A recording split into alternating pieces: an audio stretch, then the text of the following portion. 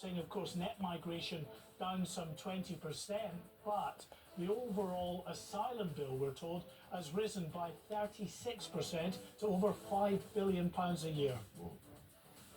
Howard MP, of course, will give his reaction to those figures at a press conference in London later today. We'll be there.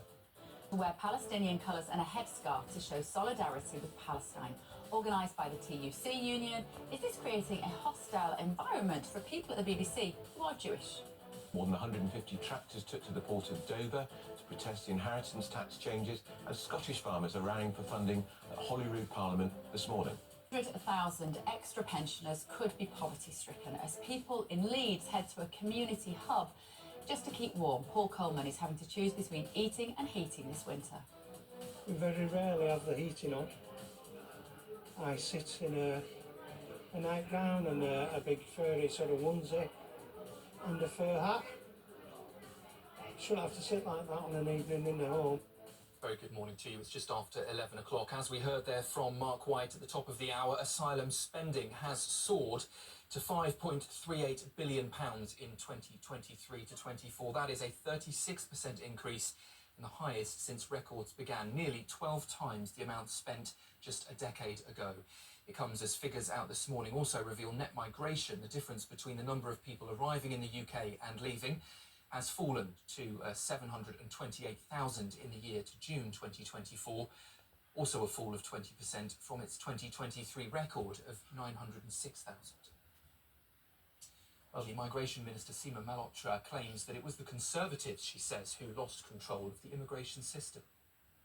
What we've seen is that in the space of 4 years, net migration quadrupled to almost 1 million. We absolutely believe that net migration has to come down, but in order to do that, we need to go further. That's why we believe that you need to tackle the causes of net migration, including linking skills and visa policies, addressing those gaps in skills and reducing the reliance on overseas recruitment. A police investigation has been launched into more than 5 people who may have facilitated the former Harrods boss, Mohammed Al-Fayed, in his alleged sexual abuse of dozens of women and girls.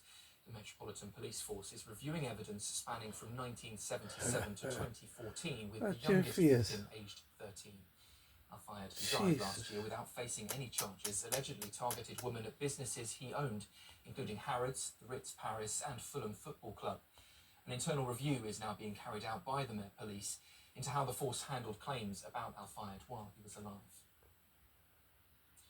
5 people are in hospital after a fire ripped through a takeaway and flats in North London. Around 100 firefighters were called to the blaze in Holloway just before 4 o'clock this morning. The fire tore through the restaurant and 2 flats, with crews battling thick smoke and urging locals to keep windows shut. Roads have been closed this morning, causing major congestion during the rush hour, though the cause of the fire isn't yet known. In Ukraine, more than 1 million people are without power today after Russia launched a massive strike on the country's energy infrastructure overnight, with explosions reported nationwide. Ukraine's energy minister is urging people to take shelter as more missile warnings continue. Explosions were also heard in the port city of Odessa, with regional governors there warning residents to stay safe. Recent Russian airstrikes have now hit half of Ukraine's regions, with over 1,500 attacks in just the past few days. Here, David Cameron has become the first former Prime Minister to back the assisted dying bill, a significant shift after voting against it in 2015. Writing in the Times, he says safeguards like dual doctor approval and judicial oversight do address his past concerns about vulnerable patients. He argues the bill isn't about ending life, but instead shortening death, and insists it won't put any undue pressure on the National Health Service. His stance, though, contrasts with other former leaders, including Boris Johnson and Gordon Brown, who both opposed the bill. Labour MP Kim Leadbeater will put that legislation to a vote in the Commons tomorrow. Thousands of teachers at sixth form colleges across the country are on strike this morning in a dispute over pay. Members of the National Education Union from more than 30 colleges have walked out, with a rally planned outside the Department of Education in London. The strikes are set to last until tomorrow, and further disruption is possible next week, with members of the NEU also vowing to strike on Tuesday and Wednesday unless a resolution is found. Union bosses say the government has failed to address the pay gap, leaving members with no choice but to take action. But Downing Street has defended its stance and says additional funding is being provided to further education. Researchers have described the first new treatment for asthma attacks in 50 years as a game changer. The injection dampens the part of the immune system that can be triggered in flare-ups of both serious asthma and chronic obstructive pulmonary disease.